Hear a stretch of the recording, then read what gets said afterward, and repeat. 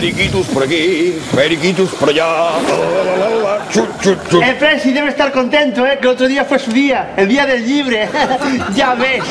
Bueno, estic contento, però perquè avui aixecarem a l'Sporting i ens classificarem per Europa.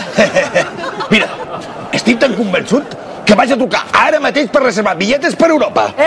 Pues compra uno para mí, que yo vuelo seguro, yo soy periquito. Periquito. Bueno, vuelas. Igual vuelas, però lluny del nostre nido, que aquí no hi ha ningú imprescindible. Bueno, exceptuant jo, claro. Senyorita. Viatges low cost, l'atén Rubén, en què puc ajudar-lo? Hola, senyorita. Volia saber el preu d'uns bitllets d'avió per a Arsenal o Juventus al setembre. Perdoni, senyor, però no conec cap ciutat amb aquest nom.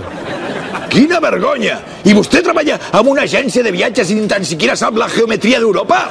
D'acord, ara mateix li miro un vol cap a Arsenal. Escolti, aquest preu és per tota la plantilla, oi? Com? Que només és un bitllet? Ara entenc per què les diuen low cost, perquè els bitllets costen low dret i part de l'altre. Jolín. Què fas amb un barret de turc? Es una metáfora. Los españolistas somos como los turcos. Cada año queremos entrar en Europa y todos los años los demás nos cierran las puertas en las narices. I no ens tancarem una mica nosaltres, també? Però alegra't, home, pensa en tot el que estalviarem.